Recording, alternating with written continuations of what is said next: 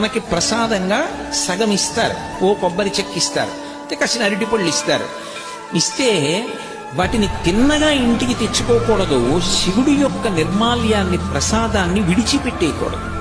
చాలా మంది తెలిసి తెలియక ఒక మాట అంటుంటారు, శివాలయం నుంచి ప్రసాదం తెచ్చుకోకూడదు అంటుంటారు.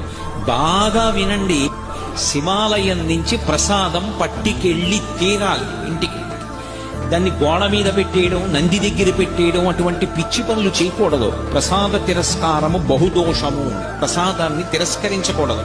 అందుకే అన్నవరం సత్యనారాయణ స్వామి కథలో ప్రసాదాన్ని తీసుకోకుండా ఆ పిల్ల భర్తని చూడ్డానికి వెడితే పడవ మునిగిపోతుంది. ఒక కథలో ఏమిటి, ప్రసాదం తినకపోతే పడవలో ముంచేసేటంతటి పైశాచికవాదా పరమేశ్వరుడు? అంత పైశాచిక మనస్తత్వం ఉన్నవాడా? కాదు. ప్రసాదము అంటే అనుగ్రహము. ఈశ్వర